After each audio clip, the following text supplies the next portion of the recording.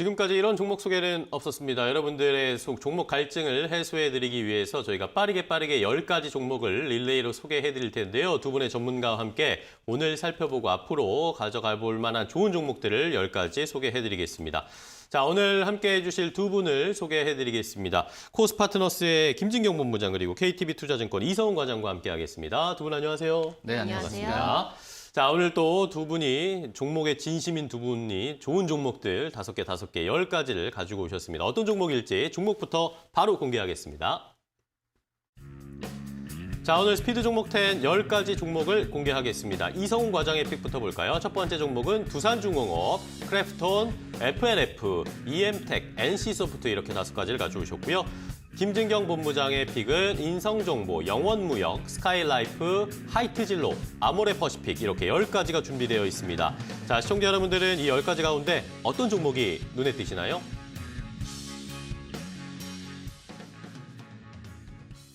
자, 이렇게 두 분이 10가지 종목을 가지고 오셨습니다. 시청자분들 요 10가지 종목 잘 보셨죠? 이 종목들 가운데 내가 더 궁금하다 아니면 내가 가지고 있다라거나 목표가, 매수가도 궁금하다 하시는 분들은 유튜브 라이브 댓글창에 질문을 해주셔도 되고요. 아니면은 샵 3772번 문자로 저희에게 질문을 주시면 두 분이 최대한 자세한 그런 내용들 포함해서 설명을 해드릴 테니까요. 많이 참여해 주시면서 함께 해주시기 바랍니다.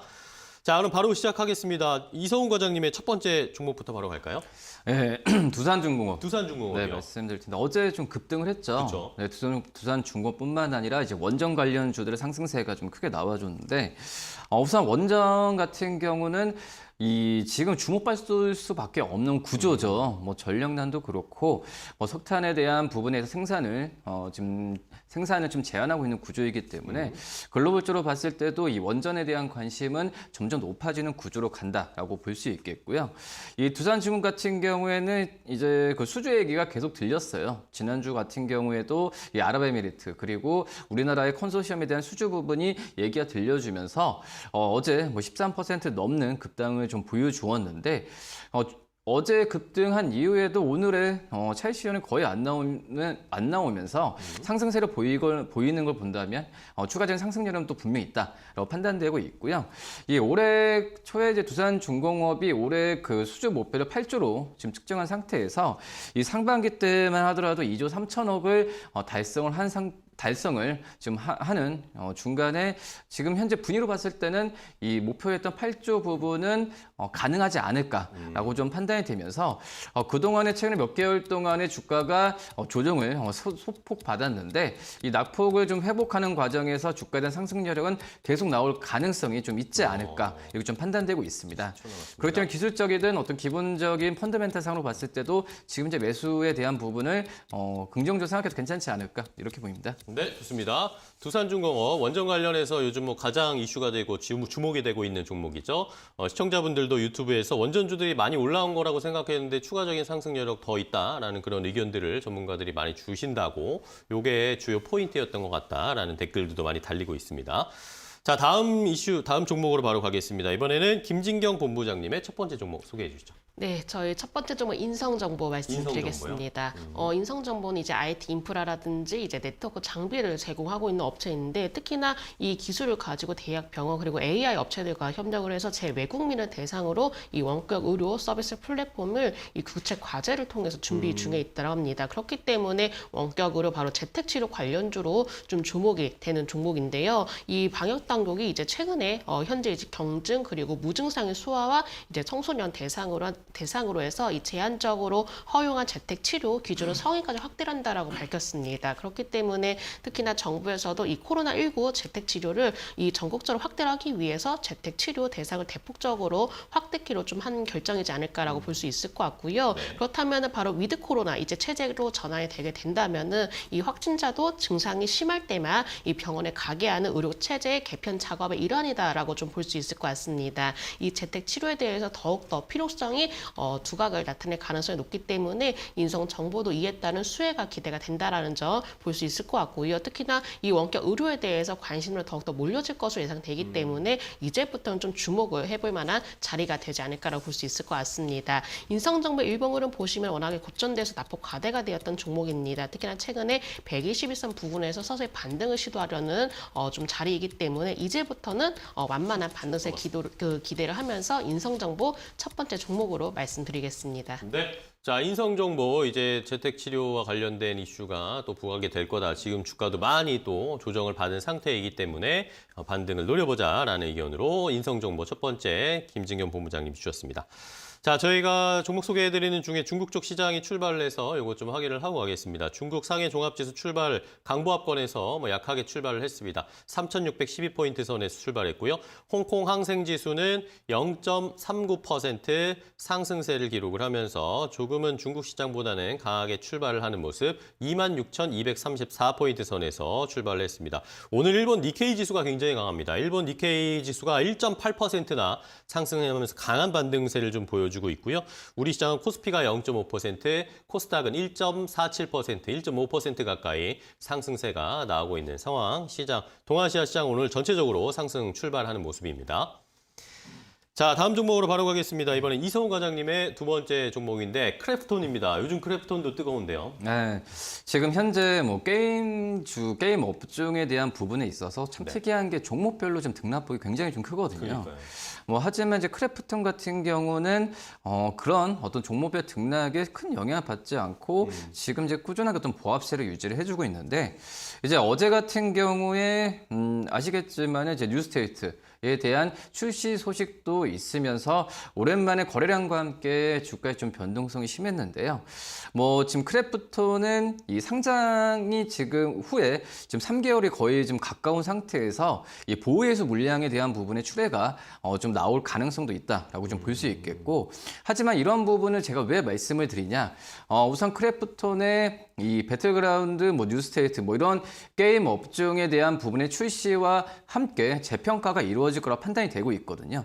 그렇기 때문에 어떤 이 3개월 후에 보유해수 물량이 풀린 이후에 이 크래프톤에 대한 매수 관점을 생각해도 괜찮다. 하지만 준비는 미리 해놔야 되지 않을까라고 판단되고 있고요. 이 크래프톤 같은 경우가 그 전에 가장 큰 어떤 아킬레스건이라고 하는 게 이 원게임, 그러니까 게임 하나로의 어떤 게임 업체로 좀 판단되고 있는데 이번 뉴스테이트 출시가 되고 또 이제 뭐 고객 해외 쪽 같은 경우에도 이 중국에만 의존했던 부분이 뭐 인도 등 굉장히 좀 다양하게 좀 펼쳐지고 있기 때문에 이제 크래프톤은 이제 종합 게임 회사로 탈바꿈하면서 재평가를 받아야 된다고 판단이 됩니다. 네. 뭐 그렇기 때문에 매수 관점을 한 3개월 이후에 생각해도 괜찮지 않을까 이렇게 보입니다. 네, 좋습니다. 크래프톤에 대한 해석을 좀 해주셨고요. 오늘 뭐 유튜브에서도 많은 분들이 위메이드도 올라가고 펄어비스도 올라가고 게임주들이 난리가 났다라는 그런 의견들을 주시면서 게임주들도 관심을 가져야겠다라는 의견을 주셨습니다. 자, 다음은 김진경 본부장님의 두 번째 종목을 갈 텐데요. 영업무역을 가지고 오셨습니다. 영업무역 근데 문자로 보내주신 5595번님께서 영업무역을 아마 가지고 계신 것 같아요. 목표가를 얼마로 봐야 되는지도 궁금하다는 질문인데 그것도 한번 참고해서 알려주시죠. 네, 영업무역이 특히나 이 전방 산업 쪽에 이제 아웃도어라든지 스포츠 의류 이제 호조로 인해서 낙수 효과가 기대가 되고 있습니다. 주요 고객사가 뭐 노스페이스라든지 룰루레몬과 같이 전 세계 주요 스포츠 브랜드 이제 고객사로 두고 있는데 사실 이제 작년에는 이 코로나19로 인해서 패션 업계는 직격탄을 좀 받았습니다. 근데 영업무역의 경우는 이런 피해를 또 비껴나가는 모습을 보였었는데요. 왜냐하면 이 코로나19로 인해서 오히려 캠핑이라든지 뭐 국내 여행이라든지 스포츠에 대한 수요 증가로 인해서 호실적이 또 이루어진 상황이고요. 또 이제 2015년도에 이 자전거 브랜드 스캇을 경영권에 인수를 했습니다. 이 최근에 유럽에서는 이 코로나19로 인해서 언택트로 운동이라든지 이제 교통수단은 이 자전거가 주목이 되고 있기 때문에 오히려 이 자전거 산업 쪽에 대해서는 수요 증가 추세가 이어지고 있다고 하는데요. 이 자전거를 취미로 하고 있는 인구수가 증가로 인해서 오히려 이 또한 직접적인 수혜가 예상이 되고요. 실제로 브랜드 사업부의 경우는 이 스캇을 또 보유를 하고 있기 때문에 최대 실적을 거두고 있는 상황이라고 합니다. 이렇게 자전거 브랜드 사업으로 외형을 확대를 하고 있고 또 관련 의류 시장 진출로 인해서 성장 동력을 충분히 마련하고 있다는 점 먼저 말씀드리도록 하겠고 영업무역의 경우는 완만하게 우상향 흐름 이어가고 있습니다. 충분히 전고점 부근이 5만 원까지 달성하지 않을까라고 볼 수 있기 때문에 추세에 매매로 좀 대응하시면 좋으실 것 같습니다. 네, 좋습니다. 영업무역 지금 우상향하는 추세 완만한 상승세 보여주고 있는데 전고점 한 5만 원 근방까지는 좀 지켜보자라는 의견 주셨습니다. 5595번님 참고해 주세요. 자, 다음 종목으로 가겠습니다. 이번엔 이성훈 과장님의 세 번째 종목입니다. FNF입니다. 네, FNF 관심이 굉장히 많으시요. 그쵸. 보면은 이제 우선 증권사 같은 경우도 FNF를 목표 주가를 100만 원까지 제시를 하고 있는데 이 수치 같은 경우는 내년 실적을 했을 때 PER을 한 22배 정도 줬는데 굉장히 뭐 높게 준 건 아니거든요. 네네. 높게 주지 않고 22배면은 적절하게 줬다라고 판단됐는데 그래도 이제 목표 주가 100만 원 이상을 지금 나온다는 걸 본다고 한다면 이 FNF에 대한 어떤 지금 현재 많이 올랐다고 하더라도 충분히 매수를 해도 괜찮지 않을까라고 판단되고 있고 뭐 아시겠지만 이 FNF는 MLB, 디스커버리 브랜드를 좀 보유를 하고 있는데 최근 같은 경우에 이 면세 쪽에서 우리나라 그 의류 브랜드 쪽에서 그 매출이 들어간 그 유일한 게 MLB랑 디스커버리거든요. 뭐 그런 점에서 봤을 때는 이 FNF의 이 브랜드에 대한 어떤 매출에 대한 부분은 굉장히 좀 견고하게 가고 있다. 역시 이러기 때문에 뭐 3분기도 분기 영업이익 최대 실적 뭐 780억 이상까지도 제시를 하고 있는데 물론 이게 말씀드렸듯이 주가에 지금 선 반영되고 있지만 추가적인 상승 여력을 더 갖고 간다는 점에서 봤을 때는 제가 봤을 때 여기서는 이제 매수 관점으로 들어가도 괜찮지 않을까라고 좀 판단되고 있고요. 지금 이제 그전 같은 경우에 재작년까지만 하더라도 이 내수 비중이 한 사업 비중에서 40% 이하였으면 내년에는 이제 넘어설 것 같아요. 50% 이상으로 이 어떤 해외 쪽에서 비중이 50% 넘을 걸 판단되고 있으니까 해외 쪽에서의 좀 관심을 좀 가져도 괜찮지 않을까 이렇게 보입니다. 네, 좋습니다. FNF 지금도 충분히 또 시세 보여줄 수 있다. 뭐 100만 원의 목표가를 제시하는 곳들도 있다라는 거 참고를 해주시기 바랍니다. 자, 다음 종목 가겠습니다. 김진경 본부장님 세 번째 종목 소개해 주시죠. 네, 세 번째 종목 스카이라이프 말씀드리겠습니다. 이 작년 1월에 드라마 제작사인 스튜디오 NU에 약 83억 원가량 이제 투자를 했었는데요. 이 스튜디오 NU가 바로 뉴의 콘텐츠 제작 사업의 계열사입니다. 네. 근데 이 스카이라이프가 스튜디오 NU를 투자를 하면서 올해 140%에 육박하는 이 투자 수익률을 기록하고 있고 최근에 이 스튜디오 NU가 IPO에 이제 착수를 하면서 엑시트에 유리한 환경까지 조성이 되고 있는데요. 근데 일단 스카이라이프의 경우는 경영 참여를 위해서 오히려 지분 유지를 좀 할 것으로 전망이 나오고 있습니다. 왜냐하면 이제부터 이 콘텐츠에 대한 경쟁력이 더욱더 확대가 되어야 되기 때문에 이 콘텐츠 사업 확대를 위한 성장 동력을 마련하고 있다라고 보시면 되실 것 같은데요. 이 스튜디오 NU를 통해서 드라마 제작 노하우도 흡수를 하고 또 콘텐츠 확보도 도모하면서 이 또한 하나의 성장 동력으로 마련을 해 나갈 것으로 보여지고 있습니다. 특히나 최근에 이 OTT 시장이 굉장히 빠르게 성장을 하고 있기 때문에 이 영상 콘텐츠가 수요가 급증하고 있기 때문에 제작사들이 워낙에 주목이 되고 있는 상황인데요. 그렇기 때문에 스카이라이프도 마찬가지로 이 콘텐츠 경쟁력에 더욱더 힘을 쏟을 것으로 예상되고 있고